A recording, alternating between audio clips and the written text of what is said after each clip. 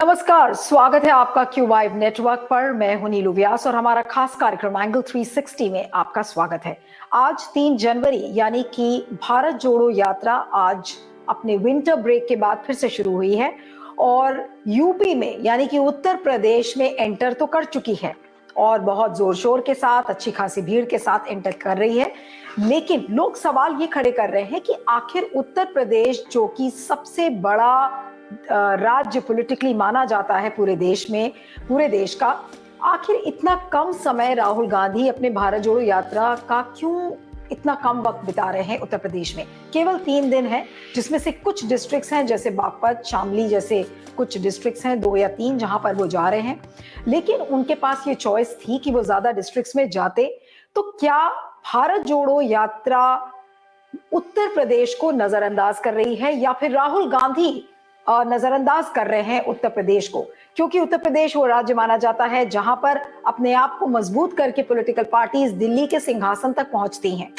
वैसे तो ये भी बात सब जानते हैं कि इस समय उत्तर प्रदेश में कांग्रेस बिल्कुल हाशिए पर है। कांग्रेस की जो प्रेजेंस है बिल्कुल ना के बराबर हो चुकी है, जिस तरीके का एक प्रचंड मैंडेट बीजेपी को मिला था। लेकिन जब कांग्रेस अपने रिवाइवल मोड में है, अपने आप को पॉलिटिकली रिवाइव कर रही है, एक भारत जोड़ो यात्रा के जरिए वो संदेश, आध्यात्मिक संदेश तो दे ही रही है भाईचारे का और सौहार्दपूर्ण माहौल का, लेकिन साथ में एक ये पॉलिटिकल यात्रा भी है कि कांग्रेस कार्डर्स को रिवाइव किया जा रहा है। तो आखिर यूपी में ये रिवाइवल मोड क्यों नहीं दिख रहा है? इतना कम समय राहुल गांधी उत्तर प्रदेश में क्यों गुजार रहे हैं? इसको लेकर हम आज चर्चा करेंगे। हमारे साथ 2 मेहमान इस समय जुड़े हुए हैं। हमारे साथ सुनील चावके हैं, जो कि महाराष्ट्र टाइम्स के संपादक है। सुनील चावके जी, आपका बहुत बहुत स्वागत है। और राशिद जहीर, जो कि उत्तर प्रदेश से हमारे साथ वरिष्ठ पत्रकार हैं, आपका स्वागत है राशिद। और आज की चर्चा मैं राशिद से शुरू करती हूँ। राशिद, आप मेरठ में बेस्ड हैं और आज भारत जोड़ो यात्रा को लेकर क्या रिएक्शन आपने देखा उत्तर प्रदेश में? मैम, भारत जोड़ो की जहां तक बात है, मैं आपको बता दूं कि राहुल गांधी की इस यात्रा की धमक पिछले 5 महीनों से लगातार है। 108 दिन हो चुके हैं। जहां पर वो गए हैं वहां पर भी और जहां पर वो नहीं पहुंच पाए वहां पर भी। ये बात अलग है कि मेन स्ट्रीम मीडिया इसके बारे में बताने को उतना ज्यादा तैयार नहीं है जितना कि सोशल मीडिया पर उनको दिखाया जा रहा है। राहुल गांधी के लिए इम्पोर्टेंट दरअसल इस यात्रा से क्या है वो कई बार हम डिस्कस कर चुके हैं, लेकिन उत्तर प्रदेश में उसको क्या मिलने वाला है ये बात देखने वाली है। राहुल गांधी को अगर सिर्फ घूम करके पूरे उत्तर प्रदेश में अपना वोट बटोरना था, उससे बेहतर तो यह था कि गुजरात में जब इलेक्शन चल रहे थे वो वहां पर भी सिर्फ एक ही बार गए। ये जरूरी नहीं है कि वो आएंगे उत्तर प्रदेश में और माहौल बना के चले जाएंगे।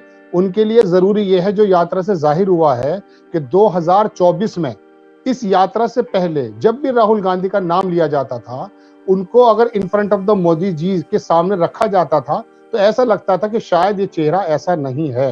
लेकिन इस यात्रा ने बिल्कुल समीकरण चेंज कर दिए हैं। जहां पर वो गए हैं वहां पर भी और जहां पर वो नहीं गए वहां पर भी एक चेहरा बहुत मजबूती के एतबार से राहुल गांधी बनकर उभरे हैं। उनकी खुद की पर्सनैलिटी को, उनकी पार्टी को फायदा पहुंचेगा 2024 में। अगर वो छोटे छोटे फायदों की बात करते तो गुजरात के करीब में थे, गुजरात में समय गुजार सकते थे। हिमाचल तो वो गए ही नहीं, वहां पर प्रियंका गांधी गई हैं। उत्तर प्रदेश में भी भले वो 3 ही शहरों में जाएंगे, शामली और कांदला, और यहाँ पर गुजर जाएंगे और 3 दिन रहेंगे, लेकिन 2024 में आम जन के जहन में मैं जमीन पर देखता हूं, हालात यह है कि राहुल गांधी पूरे उत्तर प्रदेश में गए हो या ना गए हो, 2024 में एक चेहरा प्रधानमंत्री के रूप में लोग उन्हें देखने लगे हैं। और ना जाने से हिमाचल जीत गए, वहां पर भी तो नहीं गए लेकिन हिमाचल जीत गए, क्योंकि इनके सामने लड़ाई कांग्रेस के सामने ये थी कि एक तो ये बात कही जाती थी कि मोदी जी के सामने कौन, ममता बनर्जी बहुत तेजी से उभर कर आई थी, मैं 1 मिनट और लूंगा, लेकिन उनको भी धीरे धीरे आपको मालूम है कि क्या क्या हालात हुए। शरद पवार जी के बारे में बात की जाती है, नीतीश कुमार के बारे में बात की जाती है। राहुल गांधी का नाम इस यात्रा से पहले बाद में आया करता था, लेकिन अब अगर आप शुरू करेंगे विपक्ष की बात, जो बड़ा सवाल है कि क्या यूपी को नजरअंदाज करके राहुल गांधी अपनी यात्रा में सफलता पाएंगे? आज यूपी में वो केवल कुछ गिने चुने डिस्ट्रिक्ट्स में ही जा रहे हैं, लेकिन ये वो चाहते तो आज इस भारत जोड़ो यात्रा के जरिए वो ज्यादा समय उत्तर प्रदेश में गुजार सकते थे। आज ये सवाल बड़ा है, ये क्यों नहीं कर रहे हैं?